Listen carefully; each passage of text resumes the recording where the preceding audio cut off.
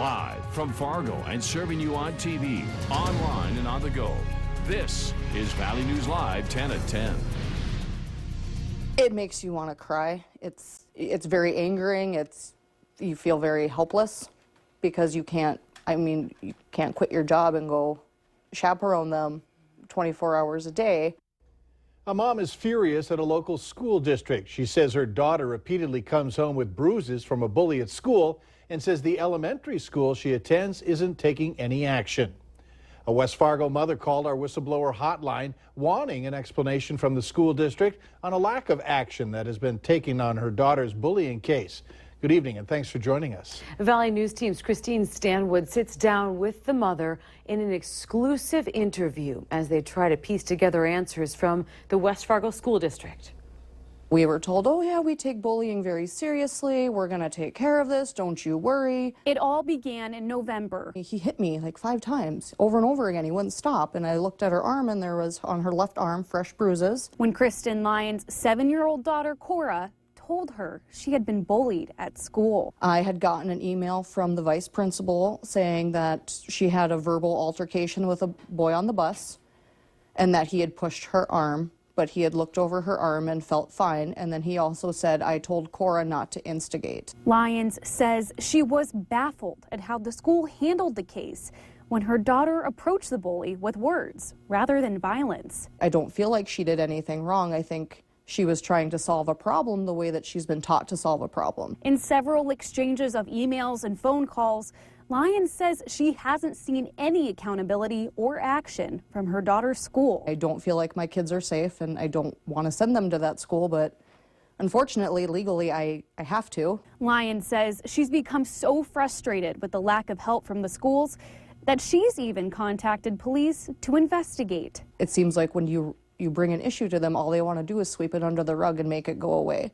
They don't actually want to address the issue so that everybody has an outcome that's something that everyone can be happy with. So I sat down with West Fargo Assistant Superintendent Beth Sleddy to better understand the district's bully protocol. We do train our students K-12 on what bullying is and why it's important to report it, whether you're the victim or you're a bystander. Sleddy says she's not able to comment on any specific case, but she says she's talked to the principal at Cora's elementary school. At this time, her cases have been resolved to her knowledge. Anything that was reported has been dealt with and communicated. What I would like is for the school to start handling the bullying issues the way that they're supposed to. They say that they want to take them seriously, so they need to take it seriously. In Fargo, Christine Stanwood, Valley News Live. Lyons says she will likely bring this to the attention of the superintendent's office, but in the meantime, she's focusing on moving Cora to a different elementary school. And while the school district says they can't comment on any specific case, they do advise parents to come to them and they'll investigate themselves if they aren't seeing any results from their schools. And if you need any help uncovering any issue in your community, call our whistleblower hotline and we'll do our best to get to the bottom of it. Call 701-237-6576 and leave your tip. How would you like to get a pay raise equal to what the county and city workers get? That's what Fargo School Board member John Strand supports for Fargo School Board members. Strand says the district is one of the largest employers in the state, and compensation for board members should reflect the magnitude of the job. The way Strand sees it, if school district employees get a cost of living increase, so should the board. The idea isn't sitting well with the newly announced candidate for the school board. Fargo Public Schools already pays its board more than any other comparable school district in the state. Given that our budget is currently operating on twice the mill levy as the state cap, I think it's really imprudent and unnecessary to raise the school board's compensation. Strand says that his plan, if passed, wouldn't go into effect until after his term ends at the end of June. A 4-decade-long tradition in the Fargo-Moorhead community hosted by Minnesota State University Moorhead is coming to an end.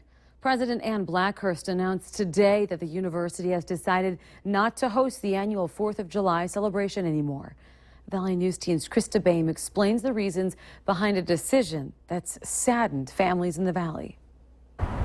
As Nemzik Field sits covered in snow, a community remembers when it was covered with thousands of people and the skies above covered in sparks. We waited the year long for the 4th of July fireworks. It was like that important to us. Make memories with kids. Nothing else matters except for making memories with kids, because that's something they're going to remember. The MSUM Fireworks show has become part of a family holiday history. I mean, I was more enthusiastic than my kids, but my kids were enthusiastic too. And they remember the little hill at the football field that they would always roll down, because we always sit in the grass on the hill. A 43-year-long tradition that's only grown in size and in cost. The setup and fireworks alone are nearly $40,000 and doesn't include overtime pay MSUM employees work. Increasingly, the responsibility for staging and managing that event has fallen on the shoulders of a pretty small number of our employees who for decades haven't spent the holiday with their families. MSUM President Ann Blackhurst says the decision did not come easy,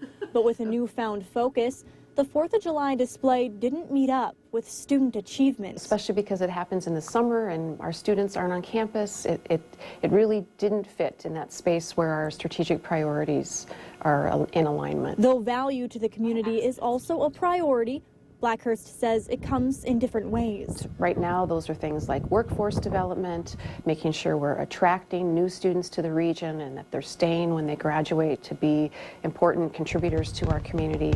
A community that's now out one of its annual traditions. It's sad to see a tradition like that die. Krista Bain, Valley News Live.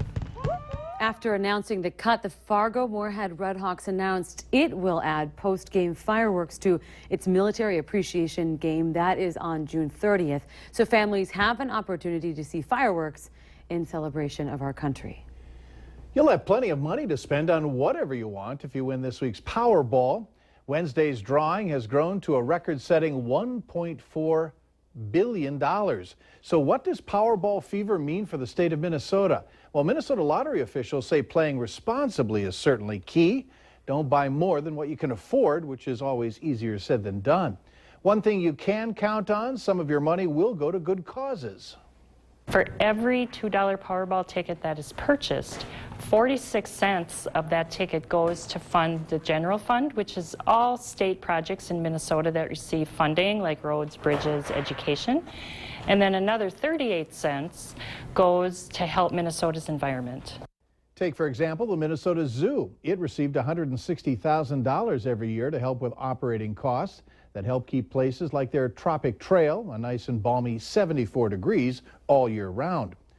One aside note, there are 10 people in Minnesota who have won $50,000 from the last Powerball. Only 1 or 2 people have claimed their prizes. The road conditions were not in favor of drivers today. The mix of blowing snow and icy road conditions made driving a challenge, not just on the interstate. Several crashes happened all throughout the Fargo Moorhead area today in town. They were caused by bad road conditions. As day turned to night, the visibility made it even tougher and more dangerous to be out on the roads. Driving with your headlights on obviously helps with visibility and clearing off any snow off of those headlights. And also, make sure you don't have any distractions like using your cell phone. It helps reduce the chance of a crash. We've all had those times where we're surprised by the road surface and our inability to stop exactly as we expected or to take off as quickly. And that kind of reminds everybody of the safe defensive driving that we should be doing and need to be doing. Accidents are something that unfortunately are part of winter driving, but we know that they can be reduced through caution and giving yourself extra stopping distances, slowing down your speeds, and being a very good defensive driver. And they're also telling us authorities are that when it comes to winter driving, both the car and driver should be prepared for the conditions. Make sure that your car has an emergency kit just in case an accident does happen and you get stranded.